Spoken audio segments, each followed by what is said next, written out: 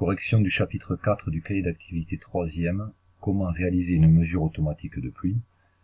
Donc dans ce chapitre, nous allons apprendre un petit peu comment fonctionnent les capteurs, les différents capteurs qui existent, et nous verrons un petit peu les capteurs logiques, numériques, analogiques, mesurer des grandeurs de manière directe ou indirecte, et modifier ou paramétrer les fonctionnements d'un objet communicant.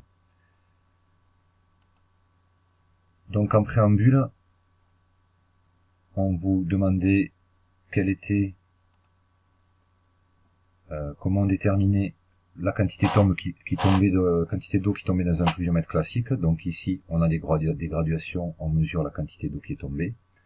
Les inconvénients d'un tel système, c'est que s'il pleut trop, il risque de déborder, on n'aura pas la quantité exacte. Et puis si on oublie d'aller relever de suite la valeur de pluviométrie, on peut avoir une évaporation et on aura une valeur qui sera fausse. Donc là, il existe un système de pluviomètre à auget basculant. Donc ici, on a des petits réservoirs de chaque côté. Quand un réservoir est plein, ça bascule. Et à chaque basculement, il y a un aimant qui va passer devant un capteur, qui va incrémenter un compteur, et on aura la valeur exacte de pluviométrie.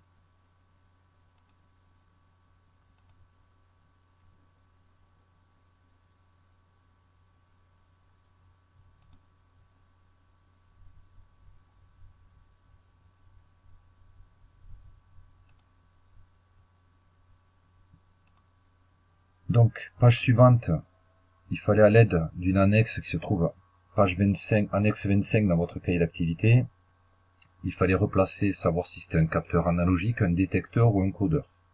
Donc ici nous avons 4 capteurs différents. Donc vous avez un capteur à ultrasons qu'on retrouve sur le robot M-Bot, un capteur de contact, un capteur de couleur et un accéléromètre qu'on peut trouver aussi sur la carte microbit que nous avons déjà vu en cours. Ici nous avons un capteur analogique là aussi, puisqu'ils vont nous donner des valeurs physiques directement, des centimètres, etc., qui vont devoir être convertis en valeurs numériques pour qu'on puisse les traiter. C'est pour ça qu'ici on parle de capteur analogique, donc il y a une variation de valeur. Ici, c'est un capteur de contact, donc on aura un tout ou rien, soit il y a contact, soit il n'y a pas contact. Donc on aura deux informations, 0 ou 1, donc c'est ce qu'on appelle ça un détecteur. On aura une information logique. Et ici, on a un capteur de couleur qui va nous donner des valeurs de 1 à 7, donc des valeurs numériques. Et il faudra faire une conversion aussi, donc c'est pour ça que nous sommes indirects. On convertira ces chiffres en couleurs. Les définitions à retenir ici. La différence entre mesure directe et indirecte, et un petit rappel ici entre le capteur ultrason, le capteur de contact, le capteur de couleur, accéléromètre, où on vous donne un petit peu quelques valeurs. Pour savoir si un robot est tombé, c'est un accéléromètre qu'il faudra utiliser, car la variation sur l'axe vertical on va avoir une variation sur l'axe vertical qui nous dit qu'il y a une chute.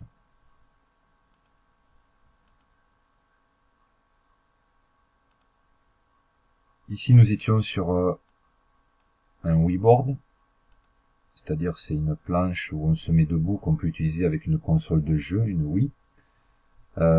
Donc il y a 4 pieds sur cette planche et on vient poser nos jambes, nos pieds de chaque côté, pied gauche, pied droit de chaque côté du capteur.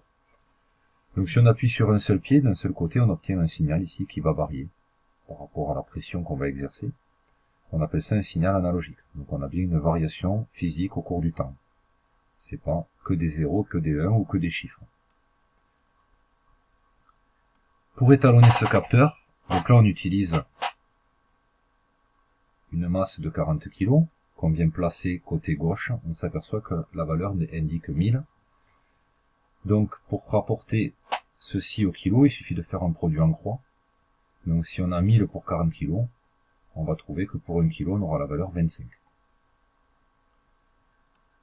Quand on va programmer notre Wiiboard relié à notre carte programmable, pour faire le calcul de la masse 1, pour la convertir en kilo, il faudra lire la valeur qu'il y aura sur la broche, donc on aura une valeur 1000, qu'on multipliera par 0,04, et on obtiendra ici un affichage en kilos.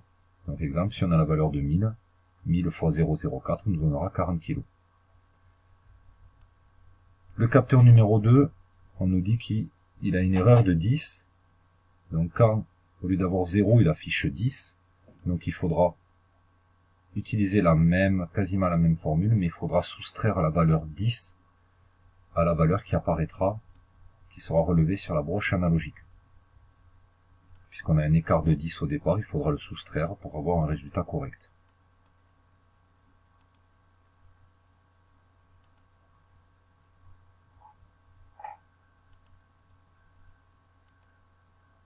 Concernant la page suivante, donc là, on est aussi confronté à un signal analogique qui varie au cours du temps. Donc on a une variation de volts suivant un taux d'humidité. Donc on a un tableau qui est ici dessous.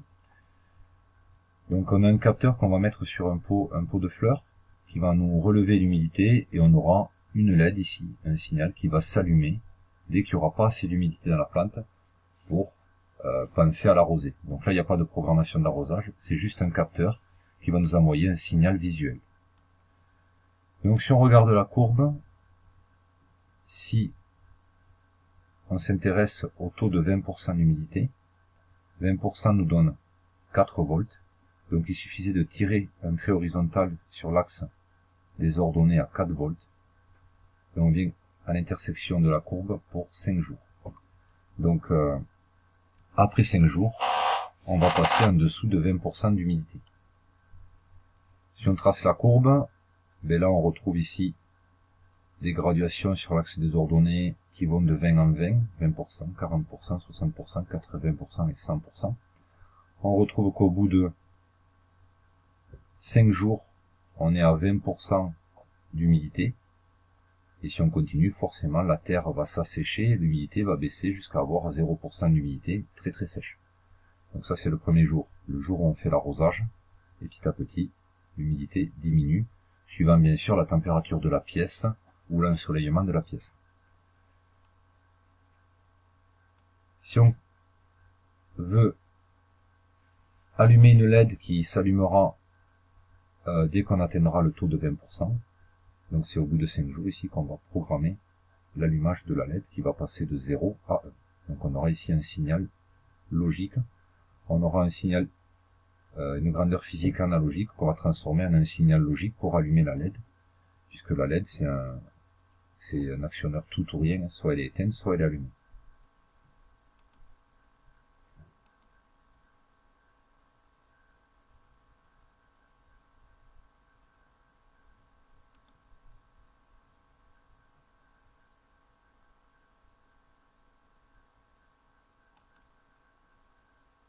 Pour le QCM, page suivante, donc là, les bonnes réponses sont indiquées. Un codeur envoie un signal numérique.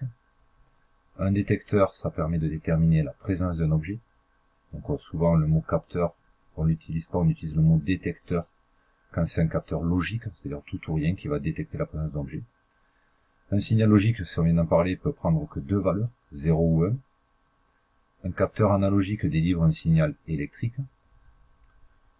Ici, par rapport à l'exercice précédent, l'accéléromètre, on a une valeur directe. Par contre, distance et couleur, on est en indirect. Il faut convertir la grandeur physique pour avoir une valeur qu'on puisse traiter. La vitesse d'un objet, c'est la distance divisée par le temps. La formule, c'est V égale D sur T. Et là, pour numéroter dans l'ordre des opérations pour faire un étalonnage de capteur, on note d'abord, comme sur la Weeboard, la valeur sans agir dessus, la valeur à l'état repos. Donc nous, sur le pied droit du Weeboard, on avait une valeur de 10. On note cette valeur. On note la valeur lorsqu'on utilise une valeur physique connue, par exemple la valeur pour 40 kg.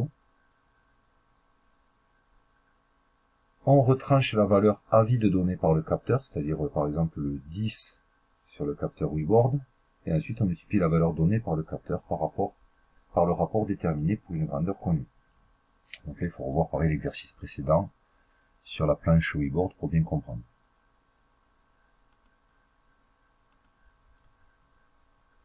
Donc ce qu'il nous faut retenir pour ce chapitre, pour mesurer des grandeurs physiques, un objet technique utilise des capteurs qui peuvent être analogiques, logiques ou numériques. Donc dans le cas de capteurs logiques, je vous rappelle qu'on appelle ça des détecteurs. Dans le cas de capteurs numériques, on appellera ça des codeurs. Si l'information est directement renvoyée par le capteur sans traitement, on dit que la mesure est directe. S'il faut faire un calcul, on dit qu'elle est indirecte. Pour être exploitable dans un programme ou par l'utilisateur, un capteur analogique nécessite un étalonnage, c'est-à-dire retrancher la valeur A vide et déterminer le coefficient de proportionnalité entre la valeur physique connue et la valeur numérique correspondante.